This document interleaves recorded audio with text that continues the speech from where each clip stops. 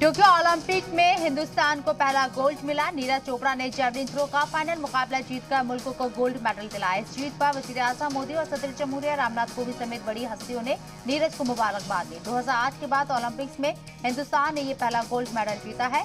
पहली बार gold medal जीतने का कारनामा दिग्गज शूटर अभिनव बिंद्रा ने किया था।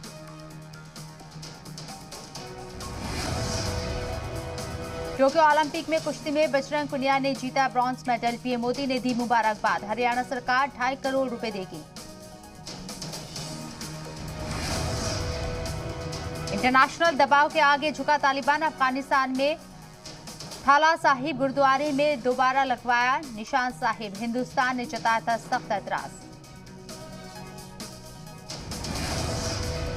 सिक्योरिटी काउंसिल की कमान मिलते ही एक्शन में हिंदुस्तान। यूएन में हिंदुस्तान के एम्बेसडर बोले, दहशतगर्दों की पनाहगाह है पाकिस्तान, अब कार्रवाई की जरूरत।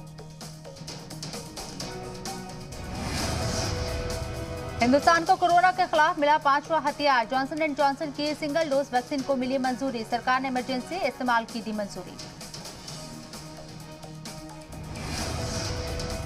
इजराइल और लेबनान में रॉकेट जंग का दौर जारी। हिजबुल्लाह के एक के बाद एक कई रॉकेट दागे जाने के बाद जनूबी लेबनान में इजरायली फौज ने की फायरिंग और दागे रॉकेट। हालात तशवीशनाक।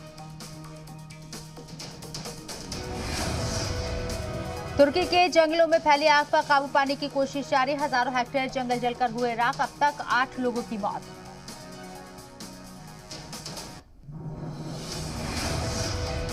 स्पेन की रेस्क्यू टीम ने कैनरी आइसलैंड में दर्जनों पनाहगजीन को बचाया। बच्चों समेत आइसलैंड पर फंसे थे 60 से ज्यादा अफ्रीकी पनाहगजीन।